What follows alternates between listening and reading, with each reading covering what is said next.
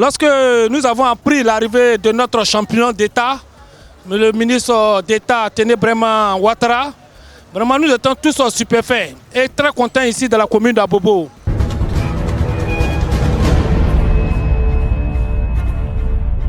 Votre programme d'information avec l'UIL, l'Université internationale de Libreville, le fleuron de la formation universitaire en Afrique.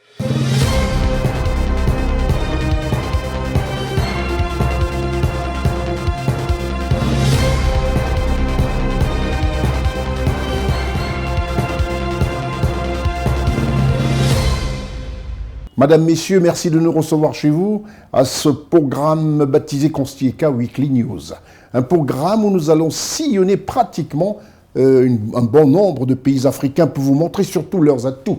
Les atouts économiques, touristiques de ces pays africains. On ira au Tchad, on ira en Mozambique, en Côte d'Ivoire bien sûr, au Gabon, au Ghana, au Kenya, au Congo, au Cameroun et au Bénin. Restez des nôtres, je suis Constieka.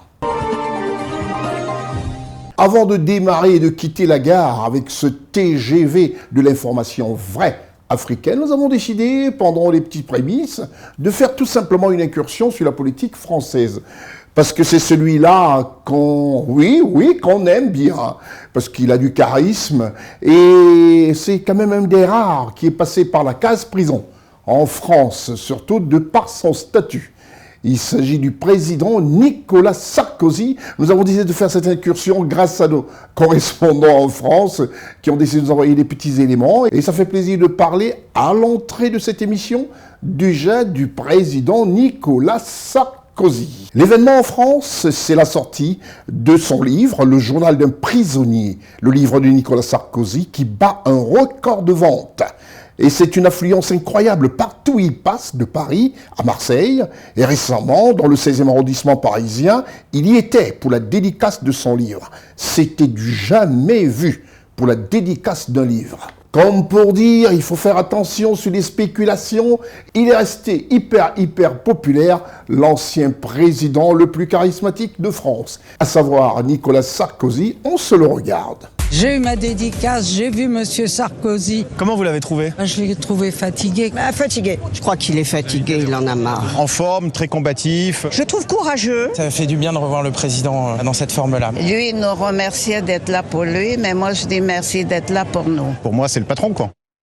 C'est l'histoire d'un retour. Pour la première fois depuis sa sortie de prison, il y a un mois jour pour jour, Nicolas Sarkozy est revenu au contact des Français. C'était cet après-midi, dans le 16e arrondissement de Paris, pour une séance de dédicace qui dure encore, à l'instant où je vous parle d'ailleurs, à l'occasion de la sortie de son livre, Le journal d'un prisonnier. Vous le voyez sur ces images de Salomé Delattre et Benjamin Delmas, des centaines de personnes sont venues faire la queue dans un quartier en partie bouclé, énormément de policiers, tout autant de journalistes, une agitation peu commune dans la Cossu rue de la Pompe. 15h20, l'ancien président arrive.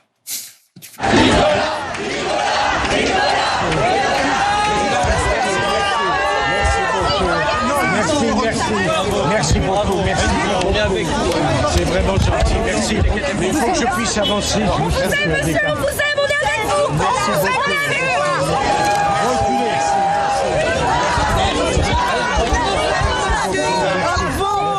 La librairie où beaucoup de ceux que nous avons rencontrés tout à l'heure étaient venus acheter ce matin le journal d'un prisonnier pour se le faire signer, des lecteurs, des anciens électeurs, des fans surtout, venus témoigner leur soutien à Nicolas Sarkozy.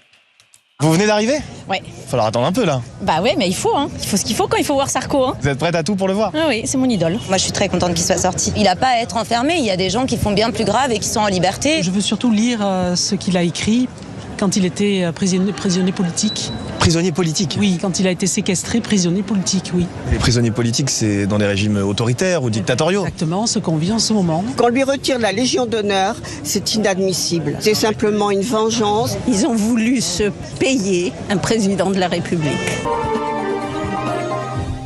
Nous quittons la France et nous arrivons en Afrique. Alors notre TGV quitte la gare. Et quitter la gare, nous faisons une petite escale en Côte d'Ivoire. En Côte d'Ivoire, un autre homme célèbre, à savoir ce monsieur, qui n'est autre que le ministre d'État, ministre de la Défense de Côte d'Ivoire et tête de liste du RHDP aux législatives 2025.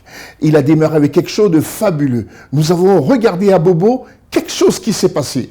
Ça fait plaisir de voir ce type de campagne de proximité. Et lui, il a décidé de faire fort. Il a décidé de penser à la santé des populations. C'est quelqu'un qui fait des choses avec stratégie. Et la santé des populations, il a décidé d'offrir à toutes les femmes d'Abobo pendant 1 an de capitaliser en payant leur carte CMU.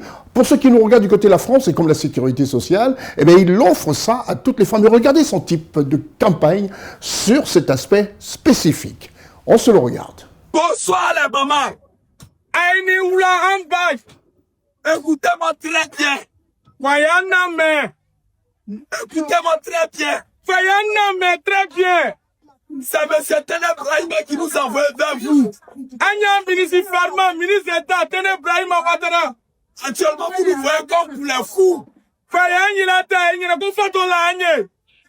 Mais ce que je vais dire, mais mi photo si tu n'as pas mis ça en pratique, ni mon blanc pratique la que. Le jour tu vas tomber malade là. Ni ka jangaro lomina ipina lolo ko kenaya mafa kulale kenaya bagato. C'est là tu vas te rappeler que nous sommes venus au marché de Sinécourt. Vous venez dire ce que monsieur Ténébrahima nous a dit de venir vous dire. C'est là il pena lo ko ka yera lo fi lo ka fa nyera ko kuntana fundwana. La 4 CMU. Aïna 4000 francs maleko 4 CMU. C'est une carte qui est très importante. Katimini itana balona funiki rechi la lomna. Monsieur Ténébrahima dit photocopie. À la fin de photocopie à Boboka. Non maman qui sont à Bobo ici. Pas un pam so milou à Bobo yanike. Un local s'enregistrer si elles ont 4 CMU. Quoi ouais 4 CMU là. Si elles n'ont pas 4 CMU, un local s'enrôler, ils vont tirer 4 CMU pour les donner sur place. Ne cassez pas de bro. Aïwa mobri loni. Aïwa adeke nika ya papier blanc. Aïba ya enrôlé en même temps qu'il y a carte d'aïma. Dès que. Au lieu de payer 1000 francs chaque fin du mois. Ça n'y est que même place là, calo. Il prend la décision de payer la cotisation de non maman. Si elle a bobo. Ndigi bala, naika boko dengilap sani denkeme o doileni. Ibeke. Ça dit, Abra décidé. Ambam somilo à Boboya. Comment aller à Bobokai? Go! Ika ka enrôlement sera le calo que me flafla. Allez va décider. Quand il y a cotisation en charge. Voilà. Quand il y a cotisation en charge. On me pose.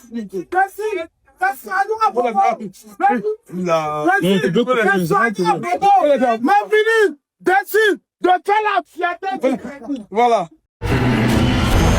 Législative 2025 sur vos médias CNN, C-Web Info et sur vos plateformes digitales. Vivez les législatives 2025 en Côte d'Ivoire sur CNN et C-Web Info depuis vos laptops, portables et tout support numérique en cliquant sur cnntv.ci et www.cwebinfo.ci. Législative 2025 en Côte d'Ivoire du 19 au 26 décembre 2025. Voilà, on parle en français et on essaye aussi de parler en langue pour se faire mieux comprendre. Il s'agit de M. Ténébrahima Ouattara. Et nos caméras de CNN ont décidé d'aller interroger les Abobolais pour savoir ce qu'ils pensent de la venue de cette équipe et surtout du choix du président Alassane Ouattara pour cette équipe dont la tête de liste dans la commune d'Abobo n'est autre que le ministre d'État, ministre de la Défense de Côte d'Ivoire, M. Ténébrahima Ouattara. CNN à Abobo. Législative 2025 sur vos médias CNN, C-Web Info et sur vos plateformes digitales. Vivez les législatives 2025 en Côte d'Ivoire sur CNN et C-Web Info depuis vos laptops, portables et tout support numérique en cliquant sur cnntv.ci et www.cwebinfo.ci. Législative 2025 en Côte d'Ivoire du 19 au 26 décembre 2025. C'est avec espoir que nous avons accueilli vraiment la nouvelle que vraiment son Excellence Ténébrahima soit à la tête de liste des législatives à Abobo. Vraiment, nous sommes vraiment très contents parce que c'est une haute personnalité de l'État. Et à Bobo, bon, à Bobo étant une commune que vous connaissez, une commune pauvre, si à la tête des législatives à Bobo, nous avons vraiment le ministre Téné, vraiment, on a l'espoir que à Bobo vraiment va renaître. En tout cas, moi, mon impression pour M. Téné Brahima, en tout cas, il est la bienvenue. Il est la bienvenue, mais ce que moi je souhaiterais demander à M. Téné Brahima, c'est qu'il n'a qu'à essayer de voir un peu nous, notre côté. Quand il sera là, il n'a qu'à essayer de voir notre côté. Venant de Yopougon, arriver au carrefour Sotra Pim là, pour montrer vers Onussi là, on n'a pas de voix. Donc vraiment, on va lui donner notre voix, mais vraiment qu'il fasse un effort pour essayer de nous arranger. Parce qu'on a besoin d'une nouvelle tête pour vraiment être à l'aise. Parce que les habitants de là-bas, là, vraiment, on en souffre. Les impressions concernant M. Téné Brahima Ouattara, qui est en tête de liste au RHDP concernant les législatives, est que à Bobo, voilà, je sais que c'est une bonne chose. Voilà, nous avons toujours souhaité une telle personne dans la commune d'Abobo pour faire avancer les choses. Voilà, nous avons un petit retard sur l'évolution de la commune d'Abobo, mais avec lui, on espère que les choses vont avancer. Voilà, on le considère comme Ahmed Bakayoko numéro 2, celui qui va faire bouger les choses à Bobo. En tout cas, nous sommes fiers de sa candidature. Alors, pour ce qui est de la candidature du ministre Téné Brahima Ouattara en tête de liste de l'échéance législative au sein de la commune d'Abobo. D'abord, il faut dire que mes impressions sont positives à l'endroit de ce vaillant homme, de cet homme courageux et dynamique. Je pense que cette candidature apportera un souffle nouveau à la commune d'Abobo.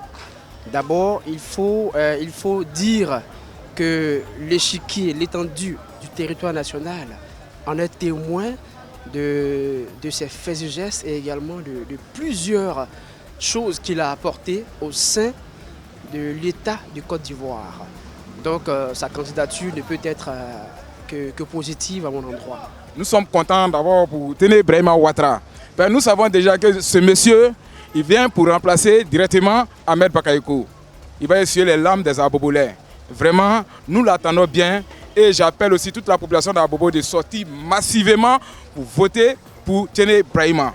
Oui, celui-là même là, il va participer au développement d'Abobo. Bon, selon moi, pour l'élection législative des députés à Abobo ici, M. Téné Brahima Ouattara peut apporter plus de bien et essayer de renchérir ce qui est notre moment Kandia Camara a commencé. Voilà, maintenant en concernant ça aussi, il peut encore renchérir encore les rues d'Abobo parce que je pense que les gens c'est un peu trop sale quoi, mais je pense qu'il peut apporter plus de soutien ici à Bobo. Monsieur Téné, vous avez vu, il est le ministre de la Défense. Et depuis qu'il est le ministre de la Défense, on a la paix. Il y a trop de changements. Personnellement, je suis pour lui. Hein. Je ne fais pas la politique. Je ne suis pas une femme politicienne. Mais je pense que si il se présente, la population a vu ce qu'il a fait. Il va gagner. Il faudrait qu'il gagne. Et s'il a gagné, c'est Abobo qui a gagné. C'est nous autres qui avons gagné. On aura la sécurité, on aura la paix, on aura la prospérité, on aura tout. Alors je demande à tous les habitants d'Abobo de voter pour lui.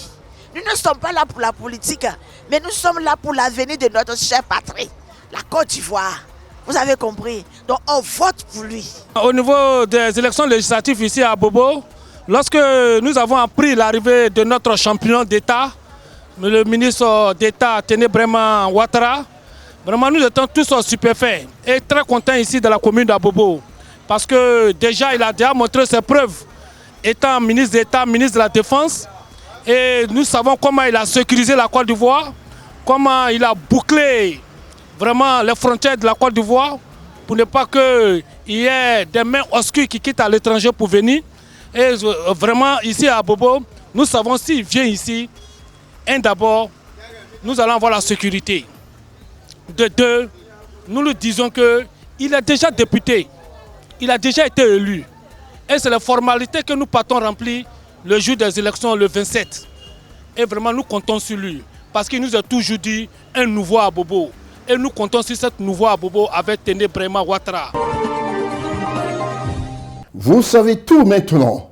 Lancement de la campagne en Côte d'Ivoire, bien ce samedi. Ça y est, c'est les législatives. Ça va battre de son plein jusqu'au 26 décembre. Tout le monde en campagne. La liste tenue par le ministre d'État, ministre de la Défense de Côte d'Ivoire, M. Téné Braima Ouattara, en tête de liste pour Abobo, est bien parti pour remporter les élections législatives dans cette commune. Je vous retrouve juste après la réclame. Nous allons quitter la Côte d'Ivoire, nous avons parlé des législatives 2025. Nous irons nous imprégner d'une information internationale africaine, mais qui touche un personnage spécifique dont les origines se trouvent au Gabon. Il s'agit de l'APDI. À titre d'information, l'APDI est une institution d'expertise et de recherche juridique appliquée, ayant pour mandat de favoriser la compréhension, le développement et la mise en œuvre du droit international en Afrique. La PDI a pour objectif de faire progresser l'étude et la pratique du droit international. Les moyens de résoudre les différends y relatifs par voie d'arbitrage, médiation, conciliation ou contentieux juridictionnel dans une perspective africaine et internationale. La PDI est organisée autour de 4 pôles d'activité. La recherche, la publication, la formation.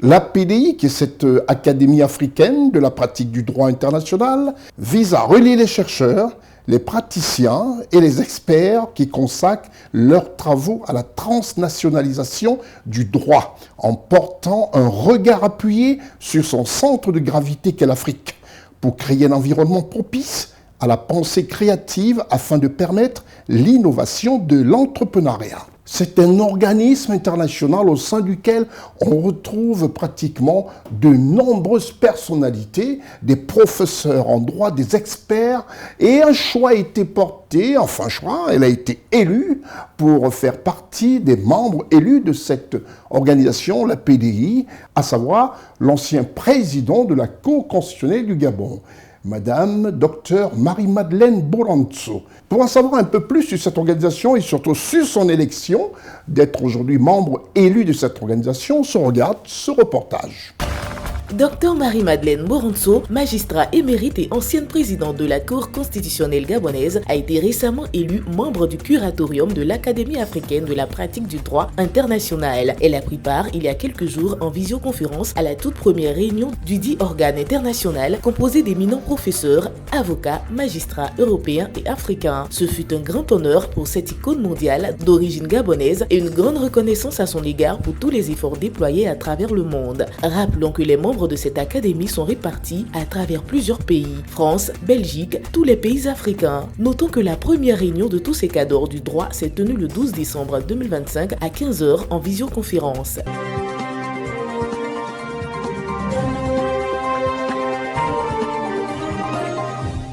Désormais, le docteur Marie-Madeleine Boranzo, ancien président de la Cour constitutionnelle du Gabon et membre élu de cette grande organisation, l'APDI. Je vous retrouve juste après la réclame. On quitte le Gabon pour aller parler un tout petit peu du Ghana. Le Ghana est un pays de l'Afrique de l'Ouest d'expression anglaise. Et c'est un pays qui a des potentialités. Reportage CNN. Le Ghana. Le Ghana, nation d'Afrique de l'Ouest, située sur le golfe de Guinée, est connu pour sa faune variée, ses anciens forts et ses plages isolées, comme celle de Boussoua. Les villes côtières d'Elmina et de Cape Coast comportent des Posoubans, sanctuaires autochtones, et des bâtiments coloniaux et différents châteaux reconvertis en musées qui témoignent du commerce des esclaves.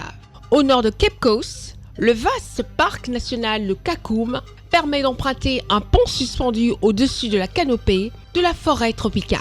Modèle de démocratie et de bonne gouvernance en Afrique, le Ghana a connu une croissance forte et équilibrée, favorisée par les prix du cacao et de l'or. Ses exportations représentent environ 35% de son PIB en 2022, ses principaux partenaires étant l'Union européenne, la Chine, le Vietnam, l'Inde, l'Afrique du Sud et les États-Unis. L'exploitation récente du pétrole et du gaz contribue à la croissance de plus de 6% en 2018 et 2019, mais ramené à moins de 1% en 2020 à la suite de la pandémie du Covid-19, tout comme les secteurs agricoles. Notons au passage que le Ghana est le deuxième producteur mondial de cacao et minier et deuxième producteur africain de l'or. Le secteur des services, en forte croissance en 2019, 7,2%, s'est modernisé et représente environ 50% du PIB. Le pays est sorti de la catégorie des pays à faible revenu et fait partie dorénavant des pays à revenus intermédiaires. La bonne santé économique a permis au gouvernement de consacrer son budget au développement des infrastructures, notamment la construction d'un gazoduc financé par la Chine et l'exploitation d'un premier gisement de pétrole. Après une nouvelle alternance démocratique en 2017, la politique de réduction de la pauvreté, dont le taux national a diminué de 31,9% à 23,4% en 2005 et 2017, marque cependant le pas avec un taux d'extrême pauvreté. Le seuil de 2,15 $ par jour d'environ 25% et les inégalités se sont creusées. La reprise économique est estimée à 1,2% en 2023 et l'inflation dépasse 20%. Pays de savane, le nord et le centre du Ghana sont parcimonieusement arrosés par des pluies d'été qui permettent l'existence d'une forêt très clairsemée. Le soubassement, apparent à l'ouest et au nord, est formé de granit et de gneiss et disparaît au centre et à l'est sous une épaisse couverture de graisse. Celle-ci, qui couvre 45% du pays, engendre des paysages monotones de plaines et de bas plateaux. Cet ensemble régional est peu peuplé. C'est un pays rural où se sont développées une civilisation du mil et un élevage pastoral de bovins. La ville la plus importante est Tamale. Il n'existe pas de voie ferrée et le réseau routier est peu dense. Le sud-ouest, qui englobe l'ancien royaume Ashanti, est une région forestière de climat semi-équatorial. Il reçoit entre 1200 et 2000 mm de pluie par an, selon un rythme à 2 saisons des pluies, à 2 saisons sèches. C'est un pays bien peuplé, doté d'une agriculture active, de mines et d'industrie, et équipé d'un bon réseau urbain et portuaire. On y cultive traditionnellement des racines vivrières, manioc, igname, taro et le riz sous la pluie, mais le cacao, qui constitue la principale richesse agricole de la région. La forêt dense est trouée de plantations de cacaoyers, exploités en petites propriétés, la plupart se trouvant en pays Ashanti. Le Ghana est le deuxième producteur mondial de cacao avec 410 000 tonnes en 2000, mais les exportations ont chuté de 241 000 tonnes en 1995 contre 320 000 en 1977. Le sud-ouest est également la grande région minière du pays, grâce à la minéralisation de très vieux plissements. On y extrait de l'or, des diamants, du manganèse et de la bauxite. La plupart des gisements miniers sont compris à l'intérieur du triangle desservi par la voie ferrée Accra, Kumasi, Takoradi. Les principales villes sont Sekondi et Takoradi. Par l'exportation du bois, du cacao et des minerais, Kumasi est la ville universitaire de Cape Coast. Les activités et la population majoritairement rurale se concentrent au sud-ouest de la ligne Kumasi-Tema. L'agriculture du cacao, des tubercules, des céréales et l'élevage bovin et ovin représentent 10% du PIB. Malgré le relatif renouveau de la production de cacao, le Ghana tente de diversifier ses exportations agricoles de fruits, maïs, arachides. Le secteur industriel représente 7% du PIB et continue à s'appuyer sur la production minière. Le pays se situe derrière l'Afrique du Sud pour la production d'or. Le gisement de pétrole de Jubilé, dans le golfe de Guinée, possède des réserves estimées à 700 millions de barils. Son exploitation a commencé en 2010. Les ventes de cacao représentent toujours le principal poste des exportations. Le Ghana en est le deuxième producteur mondial. Mais les recettes se sont réduites en raison de la chute du cours du cacao et de l'or. La Bretagne, l'Allemagne et les États-Unis, les principaux partenaires commerciaux du Ghana.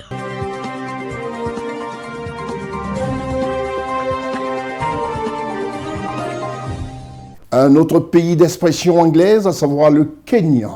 Et on y va, est très réputé pour son tourisme. Donc, au Kenya, toutes les possibilités économiques, touristiques et même le milieu des affaires s'y offrent. L'Afrique est généralement bénie, comme le disaient nos aïeux, je dirais, ceux qui nous ont précédés. L'équipe des CNN vous présente le Kenya. Le Kenya compte 48 millions d'habitants. Environ 7 Kenyans sur 10 vivent en zone rurale et la moitié d'entre eux vivent dans la pauvreté. Le Kenya est devenu un pays à revenus intermédiaires de la tranche inférieure en 2014. Toutefois, la pauvreté et les inégalités de revenus persistent.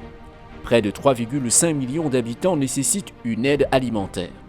La population kenyane a plus que triplé au cours des 30 dernières années et elle dépend des ressources naturelles qui ainsi s'épuisent rapidement. Cela a des répercussions tout particulièrement sur les femmes, à qui revient en grande partie la responsabilité de trouver de la nourriture, de l'eau et du bois de chauffage. L'agriculture est la colonne vertébrale de l'économie kenyane et représente un tiers du produit intérieur brut annuel et fait vivre 70% des habitants des zones rurales. Le secteur laitier du pays est l'un des plus importants d'Afrique subsaharienne et contribue à hauteur de 4% du produit intérieur brut. Les changements climatiques menacent le secteur agricole. En effet, leur coût devrait atteindre 2,6% du produit intérieur brut par an d'ici 2030.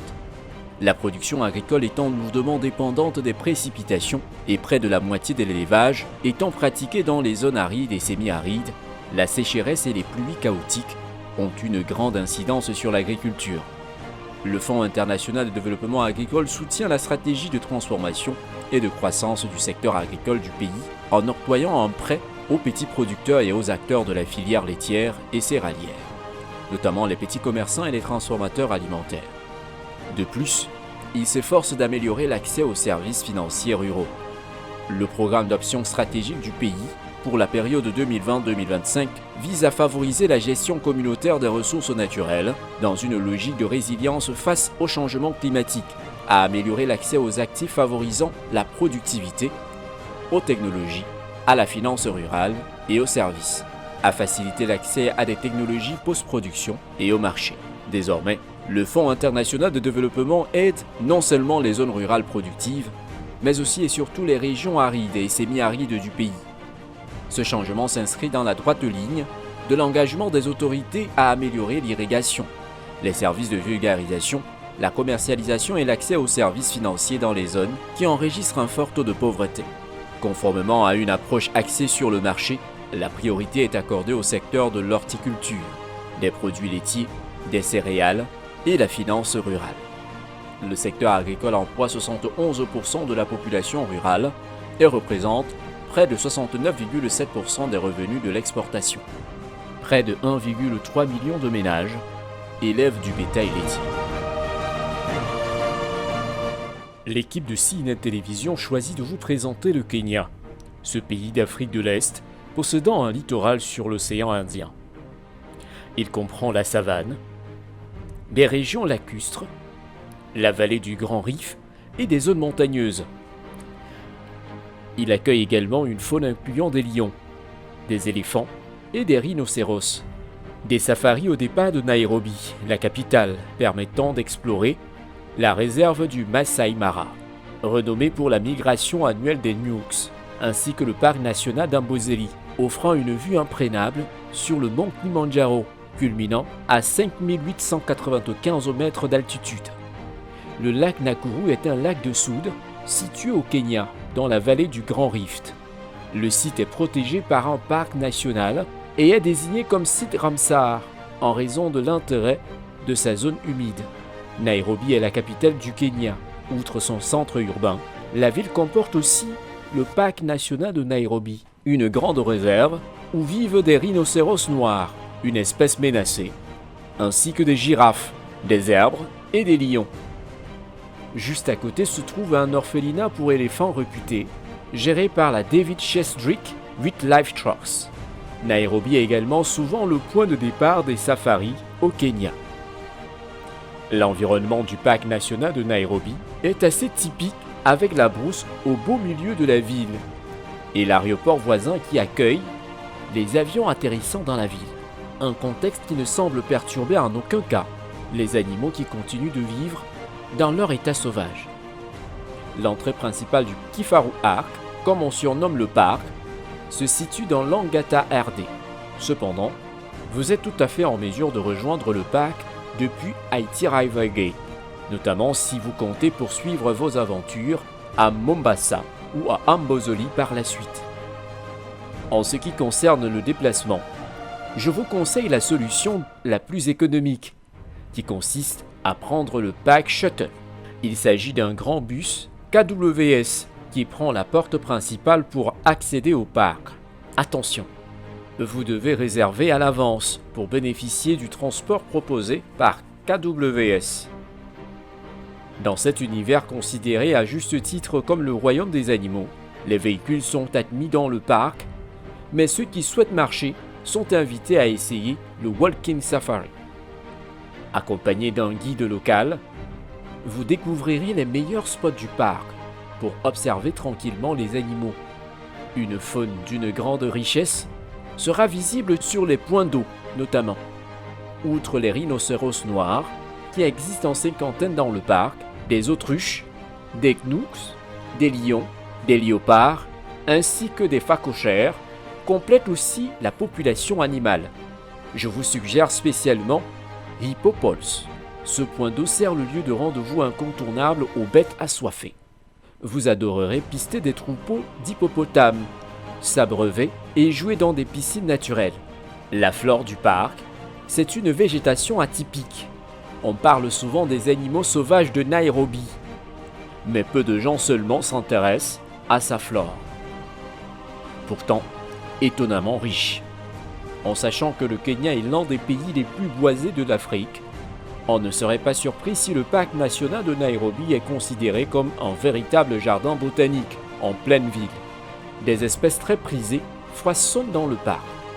Naturellement, les acacias sont les plus répandus, la chaleur de la zone étant favorable à leurs conditions de vie. Néanmoins, d'autres espèces endémiques, à l'exemple du Ficus eriocarp, de l'Euphorbia candelabrum ou encore des Apodites immédiata, sont également abondantes dans le parc. Le Kenya est le pays le plus visité tout au long de l'année. De cette façon, vous pouvez venir côtoyer les animaux dans le parc national de Nairobi à tout moment. Les voyageurs désireux de fuir la grisaille hivernale de l'Europe peuvent donc venir en hiver. Attention néanmoins aux périodes de fortes précipitations. Elle est à son apogée en mars, avril et novembre.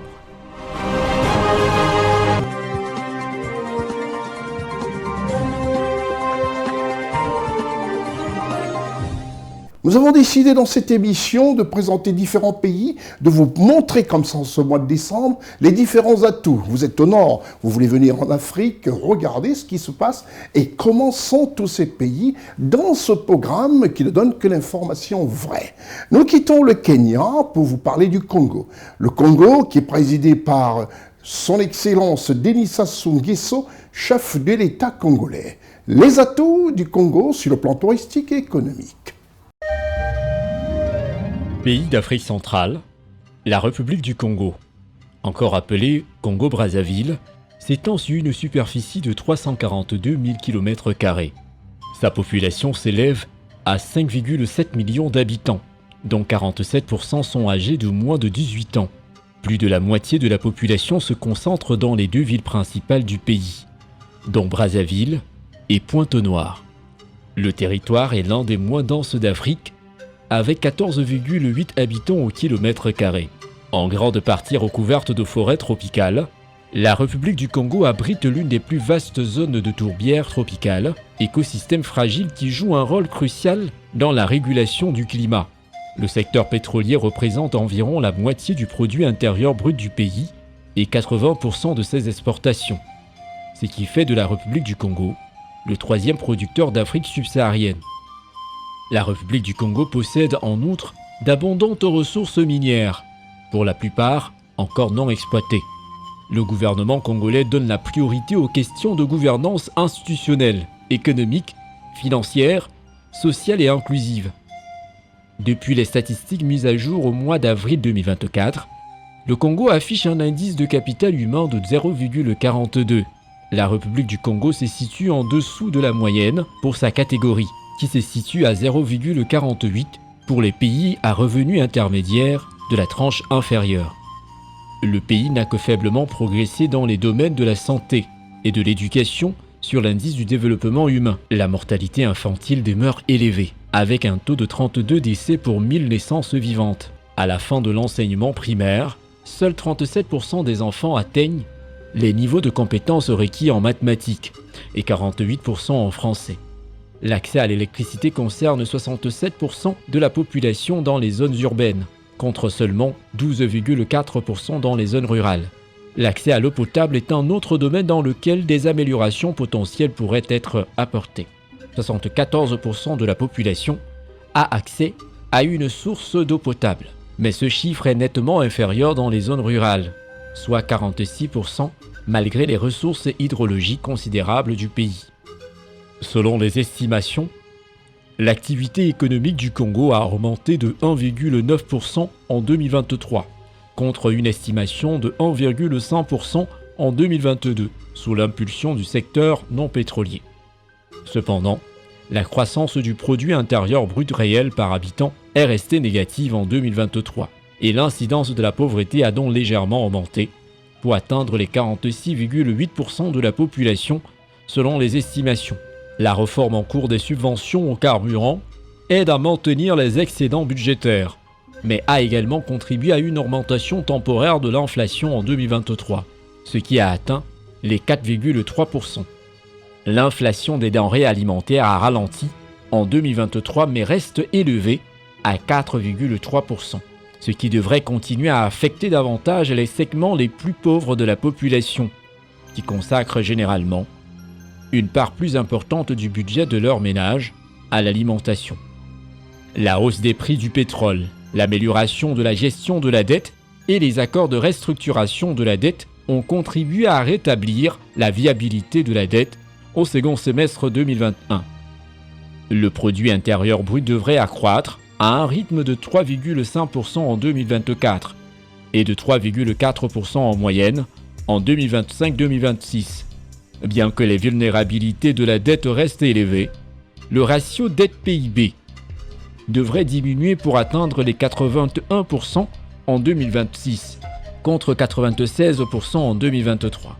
La reprise économique reste fragile et soumise à des risques de détérioration tels que la volatilité des prix du pétrole et l'instabilité de la production pétrolière, une demande mondiale plus faible que prévu, un nouveau recensement des conditions financières mondiales ou régionales, ainsi que des conditions météorologiques défavorables et des retards dans la mise en œuvre des réformes structurelles.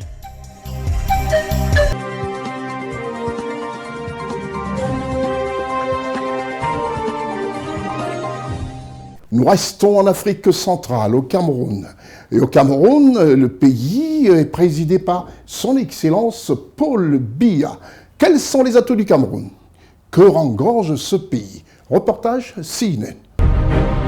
Le Cameroun, par sa situation géographique, est la porte d'entrée naturelle de l'Afrique centrale et est considéré comme un pays à revenu intermédiaire de la tranche inférieure. Des statistiques gouvernementales mises à jour depuis le 5 juin 2024 montrent que la croissance apparaît peu inclusive.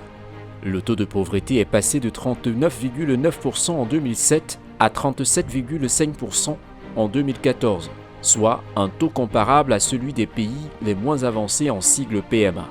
L'économie camerounaise, qui représente plus de 40% du produit intérieur brut de la communauté économique et monétaire de l'Afrique centrale, en sigle CEMAC, est la plus diversifiée de la région. Elle reste toutefois dépendante de production non transformée, hydrocarbures, produits agricoles, cacao, café, coton, huile de palme, bois, etc.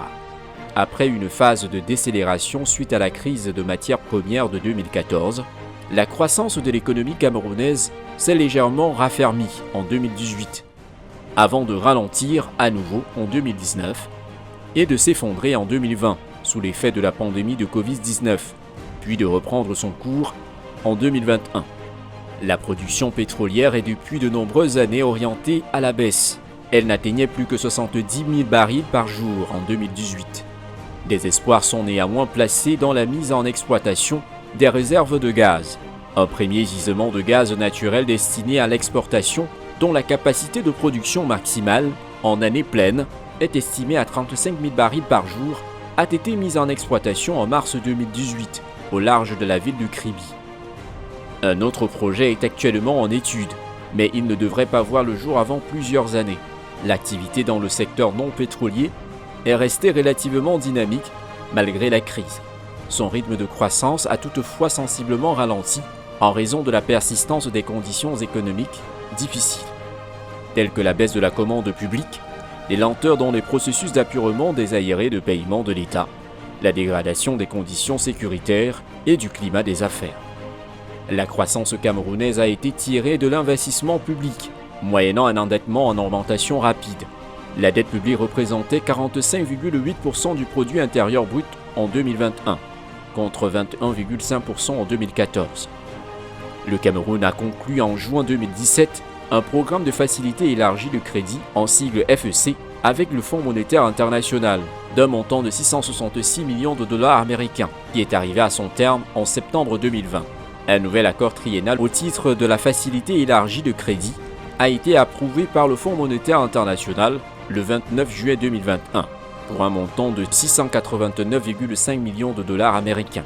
Ce programme vise notamment à appuyer le Cameroun dans ses réformes structurelles en matière de transparence, de gouvernance, de gestion des finances publiques et de diversification, en vue d'améliorer le climat des affaires.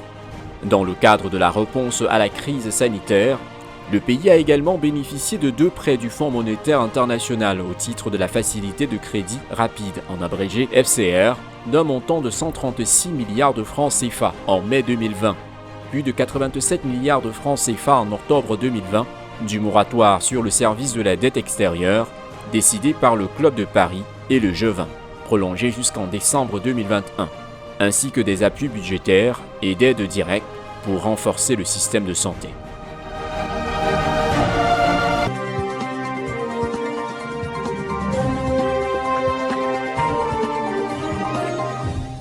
Nous quittons l'Afrique centrale pour la Côte d'Ivoire. La Côte d'Ivoire, pour ceux qui nous regardent en Australie, ceux qui nous regardent du côté du pôle Nord, la Côte d'Ivoire est ce grand pays d'Afrique de l'Ouest. Et il est présidé par un grand homme, un grand économiste, un visionnaire, un stratège, un leader, à savoir le président Alassane Ouattara.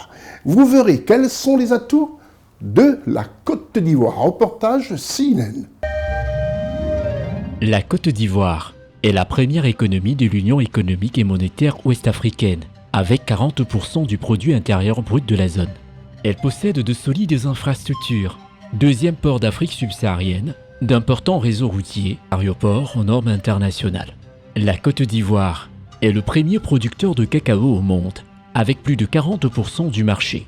Le pays assure son autosuffisance énergétique grâce à l'exploitation de gisements de gaz et de pétrole, qui lui permettent d'exporter l'électricité et des produits pétroliers dans la sous-région. À l'issue de la crise économique engendrée par la pandémie de Covid-19, la Côte d'Ivoire a renoué avec la croissance soutenue, soit 6,4% en 2023. L'inflation reste modérée à 4,4% en 2023. Le déficit budgétaire est maintenu toutefois, avec un niveau élevé ces dernières années, 5,2% du produit intérieur brut en 2023. Cela est dû au fait des mesures de soutien à l'économie face à la Covid-19 et aux conséquences de la guerre en Ukraine et à l'accroissement des dépenses sécuritaires. Cette situation s'explique également par des difficultés de l'administration ivoirienne à augmenter les recettes publiques. La question de la viabilité de la dette, qui constitue 58% du produit intérieur brut en fin 2023, est également prégnante, dans un contexte où les marchés financiers régionaux sont saturés du fait de la demande accrue de l'ensemble des États de l'Union économique et monétaire ouest-africaine. Alors que le pays n'était plus sous programme FMI depuis décembre 2020, le conseil d'administration de cette institution a approuvé en mai dernier un nouveau programme économique et financier d'un montant inédit de 3,5 milliards de dollars. En février 2024, un accord a également été conclu avec le Fonds monétaire international en vue d'un prêt de 1,3 milliard de dollars destiné à aider Abidjan à préparer sa transition énergétique. En janvier 2024, l'État ivoirien a lancé 2 tranches d'émissions obligataires d'un montant total de 2,6 milliards de dollars en eurobonds. Près de 80% de l'activité économique du pays relèverait de la seule ville d'Abidjan, qui abrite pourtant moins du quart de la population du pays. Par ailleurs, l'économie reste encore largement informelle, avec une part estimée entre 30 et 40% du produit intérieur brut. Les autorités ivoiriennes ont élaboré un plan de développement national 2021-2025 qui se fixe pour objectif l'accélération de la transition structurelle de l'économie, le renforcement de l'inclusion sociale, le doublement du produit intérieur brut par habitant en 2030 et enfin l'accès de la Côte d'Ivoire au rang des pays à revenus intermédiaires de la tranche supérieure à l'horizon 2030.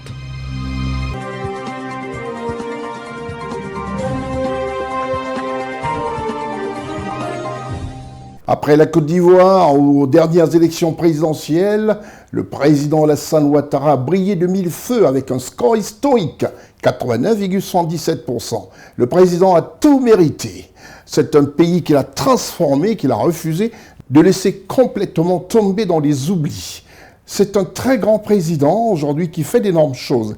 Et la Côte d'Ivoire est rentrée de plein fouet aujourd'hui en campagne des législatives 2025 pour choisir les députés. Alors là, c'est le peuple qui devra choisir ceux qui, à l'Assemblée nationale, pourront parler en leur nom. On a vu tantôt, quand on a abordé la commune d'Abobo, on a vu celui qui est choisi par le RHDP Abobo. Ils en sont comme ça partout. Et la Côte d'Ivoire vivra tout ce mois jusqu'au 26 décembre la campagne législative. Je vous retrouve juste après un extrait de notre partenaire officiel. L'Université internationale de Libreville, reconnue d'utilité publique grâce à son partenariat avec l'État, est un établissement privé d'enseignement supérieur à vocation scientifique et technologique composé, entre autres, de l'École polytechnique de Libreville, de la Faculté de droit et des sciences politiques, de l'Institut international de recherche biomédicale et biotechnologie, de l'Institut supérieur de gestion et d'économie appliquée, et de l'École de médecine et de pharmacie. Ouverture de la nouvelle École supérieure des sciences agronomiques, en sigle ESSA, et ses filières d'agronomie à l'IUL-BJ dès la rentrée universitaire 2025-2026. Son ouverture sur le monde du fait de ses partenariats avec les prestigieuses universités et institutions internationales lui permettent de s'arrimer à plusieurs systèmes de formation et de délivrer des diplômes reconnus. DUT, licence, ingénieur, master recherche et professionnel, exécutive MBA, doctorat. Venez vous former à l'exécutive MBA de l'UQAM Canada au métier de l'économie, gestion, du droit et de la science politique, de l'industrie médicale et pharmaceutique. Devenez technicien supérieur ou ingénieur à l'Université internationale de Libreville, le fleuron de la formation universitaire en Afrique.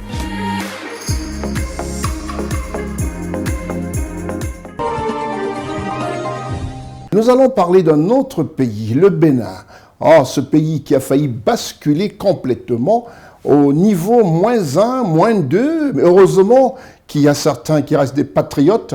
Voient ce que le président Patrice Talon fait pour le bonheur de ses compatriotes béninois. Un coup d'État qui a raté pratiquement, qui a été déjoué par les patriotes béninois. Vous verrez le potentiel aussi de ce pays, le Bénin. Il est situé en Afrique de l'Ouest. Reportage CNN. Le Bénin est un pays francophone d'Afrique de l'Ouest. Il est le berceau de la religion vaudou, mais aussi le territoire de l'ancien royaume de Dahomey. À Abomey, ancienne capitale du Dahomey, le musée historique occupe 2 palais royaux, ornés de bas-reliefs, retraçant l'histoire du royaume et d'un trône monté sur des crânes humains. Au nord, le parc national de Pandjari propose des safaris à la découverte des éléphants, des hippopotames et des lions. La République du Bénin, anciennement connue sous le nom de Dahomey, puis République populaire du Bénin, est un État d'Afrique de l'Ouest qui couvre une superficie de 114 763 km². Le Bénin comptait un peu plus de 13 millions d'habitants en 2021. Le pays fait partie des États membres de la CEDEAO et a comme voisin le Togo à l'ouest, le Nigeria à l'est, le Niger au nord et le Burkina Faso au nord-ouest. Le Bénin a accédé à l'indépendance complète le 1er août 1960, sous la dénomination de République du Dahomey. Le Bénin partage 2123 km de frontières terrestres avec 4 pays, le Burkina Faso et le Niger au nord, le Nigeria à l'est et le Togo à l'ouest. La Cour internationale de justice des Nations Unies a défini le 12 juillet 2005 la frontière actuelle entre le Bénin et le Niger, après un différend au sujet des îles dans le lit des fleuves Niger et Mékro. 9 îles ont été attribuées au Bénin et 16 dans celle de Lété au Niger.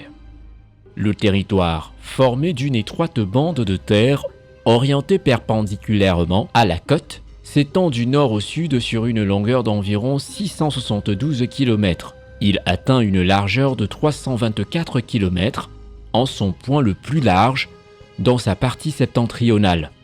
Le nord du pays est principalement constitué de savanes et de montagnes semi-arides, telles que la chaîne de l'Antakora, qui se prolonge au Togo et au Ghana d'une part, et au Niger d'autre part. Le point culminant du pays est le mont Sokbaro, d'une hauteur de 800 mètres. Le sud du pays est constitué d'une plaine côtière basse, parsemée de marécages, de lacs et lagunes, notamment la basse vallée Louémé, la lagune de Porto Novo et le lac Nokoué, une vaste zone humide de 91 600 hectares, reconnue d'importance internationale par la Convention de Ramsar. Le pays est constitué de deux aires géographiques. Le nord, aujourd'hui frontalier du Niger et du Burkina Faso, qui a connu le destin des peuples de savane. Le sud et le centre du pays, qui sont marqués par l'histoire des peuples du golfe de Guinée. On retrouve cette différence dans les qualificatifs d'Afrique des greniers et d'Afrique des paniers. La première fait référence aux greniers de maïs ou de mil que l'on trouve dans le domaine des savanes africaines, comme au Mali, au Niger ou au Burkina Faso. La seconde se situe autour de l'équateur et correspond, en Afrique occidentale, au sud de tous les pays littoraux du golfe de Guinée. Dans ces derniers, en raison du climat équatorial favorable à l'agriculture, rien ne sert d'entreposer, il suffit juste de porter. Le Bénin est une république multipartite, à régime présidentiel, où le président est à la fois le chef de l'État et chef du gouvernement. Le pouvoir exécutif est aux mains du gouvernement, tandis que le pouvoir législatif est partagé entre le gouvernement et le Parlement. Le pouvoir judiciaire est indépendant des deux premiers. Il est exercé par la Cour suprême, ainsi que les cours et tribunaux créés par la Constitution. La Constitution en vigueur a été promulguée en 1990 et modifiée par la loi numéro 2019-40 du 7 novembre 2019. Le Bénin est membre de l'Union économique et monétaire ouest-africaine. Sa monnaie est le franc CFA. Il appartient au groupe des pays les moins avancés en termes d'indice de développement humain, en sigle IDH. Il se classe au 166e rang du rapport PNUD 2021, reculant de 8 places par rapport à 2019. Pour 2020, il se situe au 149e rang sur 190 du rapport Doing Business, qui calcule l'indice de facilité de faire des affaires contre 153e l'année précédente. Pourtant, le taux de croissance, tombé à 2,5% en 2010, le plus bas de l'Afrique de l'Ouest, est depuis 2011 légèrement supérieur à 5%. Mais la croissance, la baisse de l'inflation et le développement des infrastructures ne suffisent pas pour réduire la pauvreté globale, du fait de l'absence de redistribution, de la pression démographique et de la présence d'un secteur informel très important en forte progression depuis les années 1980. Le port autonome de Cotonou constitue l'un des pivots de l'économie béninoise. Cependant, 80% des marchandises importées sont réexportées vers le Nigeria, ce qui rend le pays très dépendant de son puissant voisin.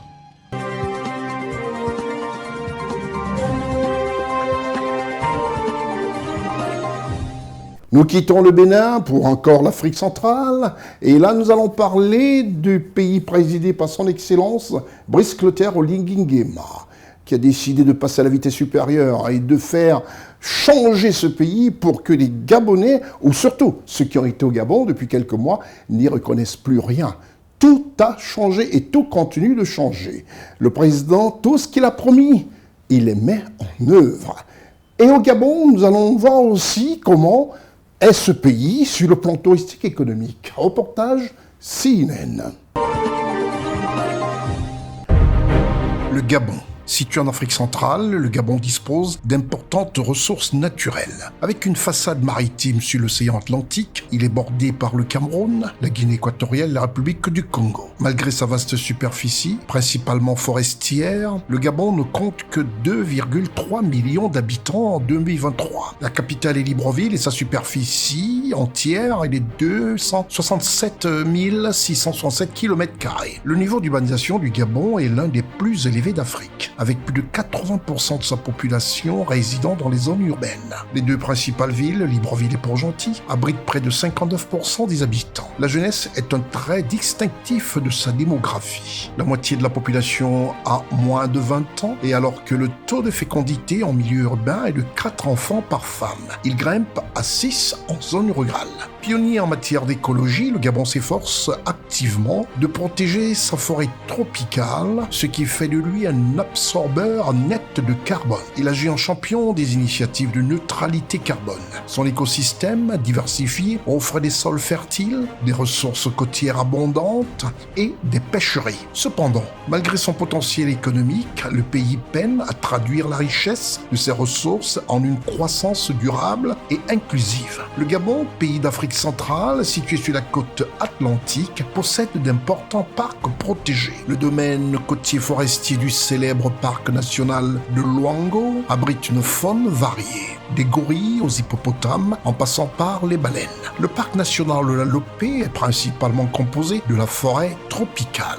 Le parc national d'Akanda est connu pour ses mangroves et ses plages soumises aux marées. En 2022, l'économie gabonaise a enregistré une croissance de 3% contre 1,5% en 2021. Cette bonne performance résulte de la bonne tenue du secteur pétrolier, plus 7,1%, et de celle du secteur non pétrolier, plus 2,3%. Dans le secteur hors pétrole, les dynamismes du secteur agricole s'élèvent à plus 4,9%, de l'industrie du bois à plus 6,5% et du secteur du transport à plus 4,2% sont les principales sources de la croissance. La remontée du prix du baril du pétrole à plus 45,3% associée à l'augmentation de la production pétrolière, plus 6,1% en 2022, explique l'essor du secteur pétrolier. La Banque centrale, la BAC, a resserré sa politique monétaire en 2022 en relevant ses taux directeurs à plusieurs reprises pour répondre aux pressions inflationnistes et soutenir le niveau des réserves extérieures. Ainsi, l'inflation a grimpé à 4,2% contre 1,1% en 2021, du fait de la hausse des prix des denrées alimentaires et des retombées négatives de l'invasion de l'Ukraine par la Russie. Deux domaines sont prioritaires. Le premier, l'appui à la diversification économique à travers le développement des infrastructures et l'amélioration du climat des affaires. Le deuxième domaine prioritaire n'est autre que l'appui à la stratégie de développement humain. L'appui de la BAC vise à permettre la diversification de l'économie et l'amélioration du climat des affaires. Pour atteindre cet objectif, les interventions de la banque se font dans les secteurs de l'agriculture, le bois, la forêt, le transport, l'énergie, les finances publiques et la gouvernance. Le Gabon est un allié de la France libre au cours de la Seconde Guerre mondiale. Les deux pays conservent de très bonnes relations, même après la cession à l'indépendance de 1960. La France participe notamment au développement des ressources naturelles du Gabon, qui compte plusieurs pays occidentaux parmi ses principaux partenaires commerciaux. Le Gabon favorise le neutralisme sur la scène internationale et participe à différentes initiatives de paix sur le continent africain. Sa diplomatie est également active dans la lutte au changement climatique. Le Gabon est depuis août 2023 présidé par son Excellence Brice Clotaire Oligui Nguema, chef de l'État gabonais, et ceci à la grande satisfaction du peuple gabonais.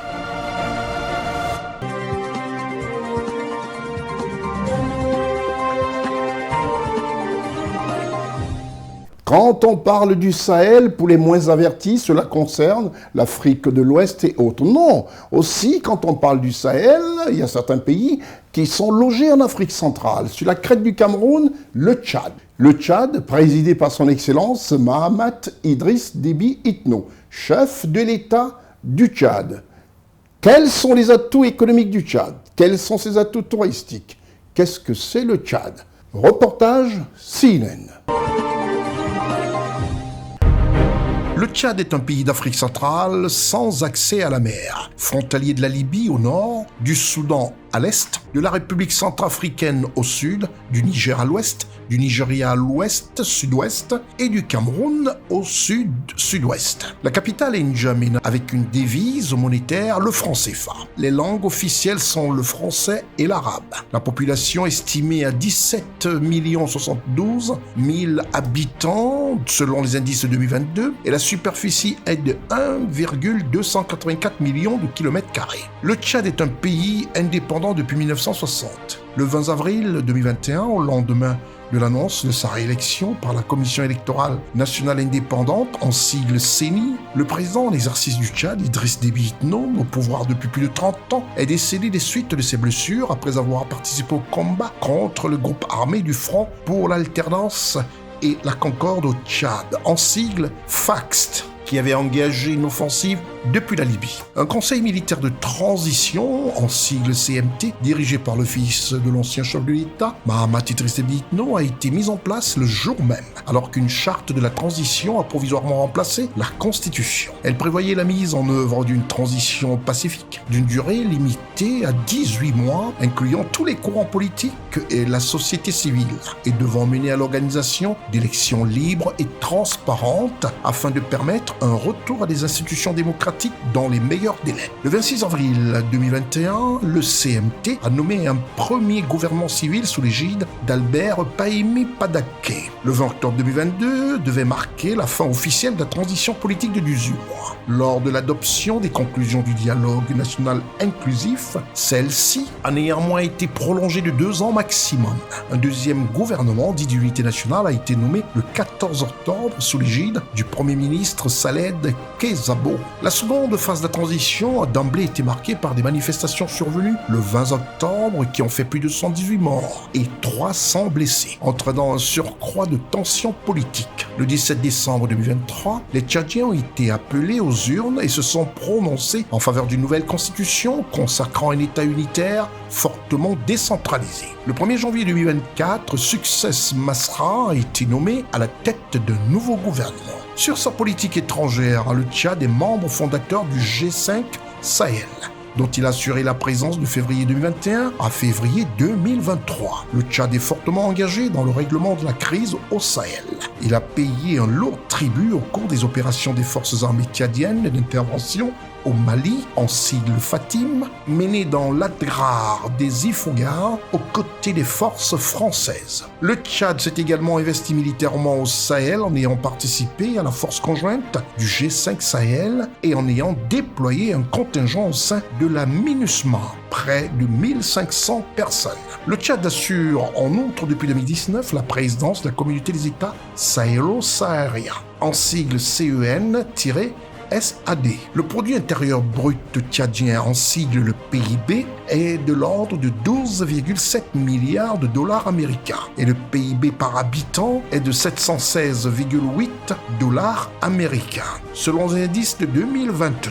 Le taux de croissance du PIB, le produit intérieur brut, est de 2,2%, les indices de 2022, par rapport à moins 1,1% en 2021. L'inflation se situe à 5,3% en 2022 contre moins 0,8% en 2021, selon le Fonds monétaire international en sigle FMI. Les principaux clients du Tchad sont l'Allemagne, la Chine, les Émirats arabes unis, les Pays-Bas et la France. Ses principaux fournisseurs sont la Chine, le Cameroun, la France et la Belgique. Le Tchad a bénéficié d'un programme du Fonds monétaire international en sigle FMI sur la période 2017-2020, au titre de la facilité élargie de crédit assortie d'un financement de 312 millions de dollars américains. Pour faire face à la pandémie du Covid-19 et à l'effondrement des cours du pétrole, le Fonds monétaire international en sigle FMI a également octroyé au Tchad 106 millions d'euros en avril 2020 et 60 millions d'euros en juillet 2020, au titre de la facilité de crédit rapide.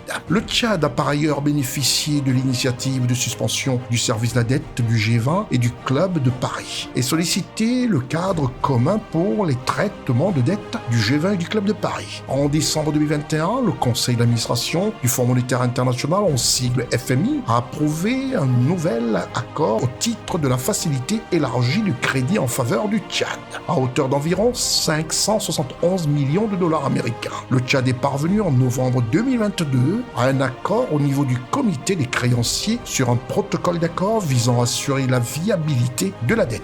Le Fonds monétaire international, en sigle FMI, estimant que cet accord était cohérent avec les cibles de viabilité de la dette, a contribué au versement des premières et deuxièmes revues du programme conclues avec le fonds, soit 150 millions de dollars américains.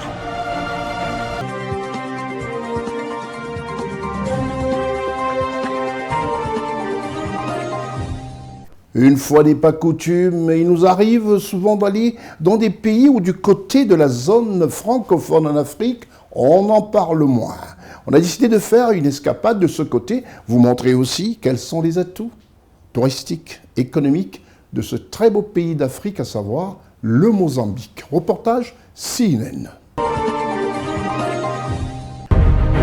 Le Mozambique est un pays du sud de l'Afrique dont le littoral de l'océan Indien est parsemé de plages populaires comme celle de Tofo, ainsi que des parcs marins situés au large. Dans l'archipel des Kirimbas, s'étendant sur 250 km d'îles coralliennes, l'île d'Ibo, couverte de mangroves, abrite de ruines remontant à l'époque du colonialisme portugais. Au sud, l'archipel Bazaruto comprend des récifs qui protègent des espèces marines rares, notamment des dugongs. 70% de religion, dont le catholicisme constitue 26,2% de la population, l'islam, principalement sunnite, 18,3%, le sionisme chrétien, 15,1%, l'évangélisme pentecôtisme, 14,7%, l'anglicanisme, 1,6%, le judaïsme, hindouisme et bahaïsme, 4,7%, et aucune affiliation religieuse s'y situe à 19,4%. Indice de développement humain du PNUD depuis 2022 le situe à 183e place sur 193. Le Mozambique est confronté depuis 2017 au terrorisme islamique, groupe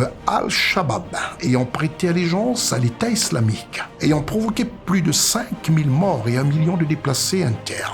Le Mozambique a été contraint de faire appel en 2021 à l'aide bilatérale du Rwanda, un contingent de 2200 militaires et 800 policiers. Puis la force régionale Samim de 2000 hommes, dont le mandat a pris fin le 15 juillet 2024. Les opérations militaires qui sont menées depuis, essentiellement du fait des forces de défense rwandaises, ont produit des résultats positifs. Le groupe Al-Shabaab a en effet perdu sa capacité de contrôle territorial. Les djihadistes conservent toutefois une capacité de nuisance significative avec des exactions qui se sont étendues au sud du Cabo Delgado et dans le nord de la province de Nampula. Après une relative accalmie en 2023, la situation sécuritaire s'est dégradée de nouveau depuis décembre 2023, avec plusieurs attaques terroristes d'ampleur. Macomia le 10 mai 2024, pour ne citer que celui-là. L'Union européenne est un partenaire du Mozambique dans la réponse à la crise sécuritaire du Cabo Delgado. Ces soutiens connaissent une évolution importante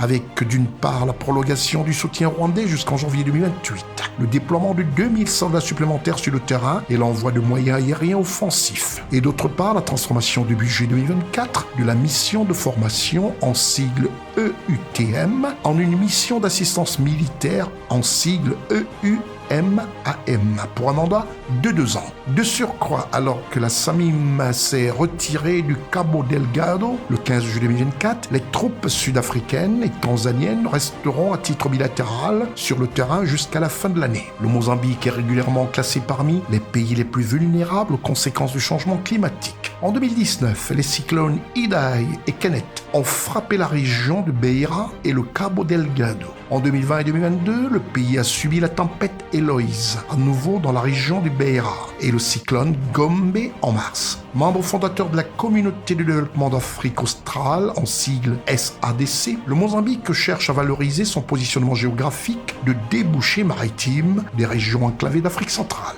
Le pays a présidé la SADC en 2020 et 2021.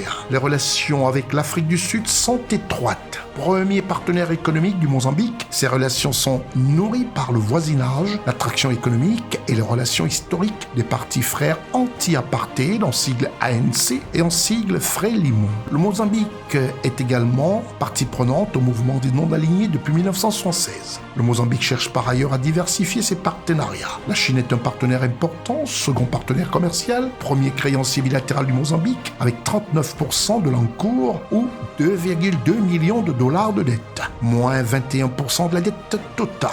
Le Mozambique entretient également des relations denses avec la Russie, soutien russe pendant la lutte pour l'indépendance et pendant la guerre civile, et s'est toujours abstenu lors des votes onusiens sur l'agression russe en Ukraine. Le pays entretient également des relations étroites avec les États-Unis, montant élevé en sigle d'APD, projet gazier d'ExxonMobil dans le Cabo Delgado, l'Inde, priorité accordée au secteur de l'agriculture et la sécurité alimentaire, transfert des technologies dans les domaines de l'information et de la communication, énergie et l'eau. Quant au Rwanda, l'entretien régulier entre les deux pays, signature de plusieurs accords en 2023. Les investissements rwandais dans le nord du pays en contrepartie de leurs interventions armées au Cabo Delgado et le Portugal, lien privilégié avec le Mozambique en raison de l'histoire commune. Deuxième créancier du Mozambique derrière la Chine, 20 000 Portugais vivent au Mozambique et les échanges politiques sont particulièrement fréquents. L'Union européenne, en sigle l'UE, est aussi un partenaire essentiel, notamment en matière d'aide au développement. Financé par le NDC, le programme indicatif pluriannuel, en sigle PIP, de l'Union européenne au Mozambique s'élève à 428 millions d'euros pour 2021-2024 et est structuré autour de 3 priorités. La croissance verte, 150 millions d'euros. La jeunesse, 163 millions d'euros et la gouvernance, 94 millions d'euros. 21 millions d'euros de mesures de soutien en faveur de la société civile et d'assistance technique sont également prévues. Au plan humanitaire, l'Union européenne a alloué 54,5 millions d'euros pour les opérations humanitaires au Mozambique en 2022 et 2023. Le produit intérieur brut par habitant, en sigle le PIB, a marqué un palier entre 500 et 550 dollars américains par habitant jusqu'en 2022, pour connaître une progression notable en 2023 où il atteint 647 US dollars par habitant. La croissance économique parvenant à absorber la forte natalité, plus 2,9% par an en moyenne, 33,9 millions d'habitants en 2023 selon les Nations Unies.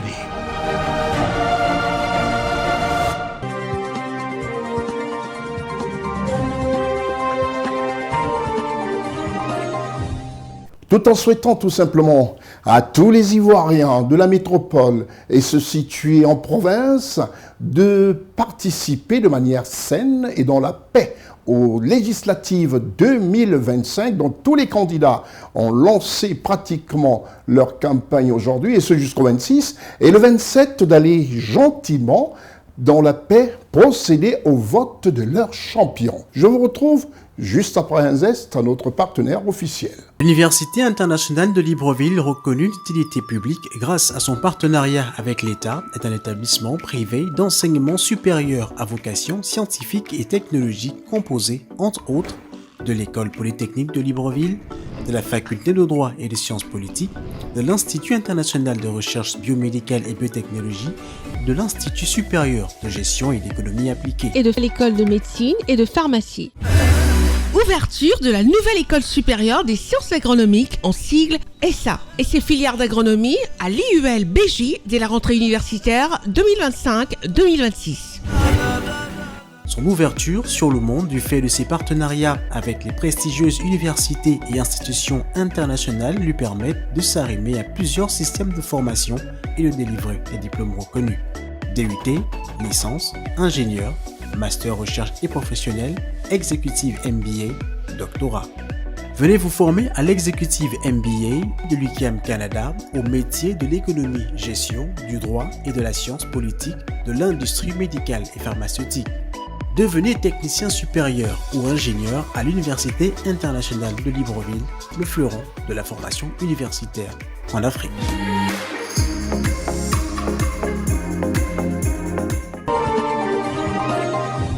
C'est terminé pour ce Constieka Weekly News, tout en vous rappelant que vous pouvez revoir ce programme en vous connectant simplement sur cnntv.ci. Et si vous voulez d'autres informations et beaucoup plus d'informations, rien que de l'info africaine, vous allez sur www.ciwebinfo.ci. Et là, vous avez toute l'information africaine. Et n'oubliez pas sur tous les autres supports numériques et analogiques qui sont dispo pour vous en Afrique et en Europe. C'était votre programme d'information avec l'UIL, l'Université internationale de Libreville, le fleuron de la formation universitaire en Afrique. C'est terminé pour ce programme. Je vous donne rendez-vous au prochain numéro. Au revoir.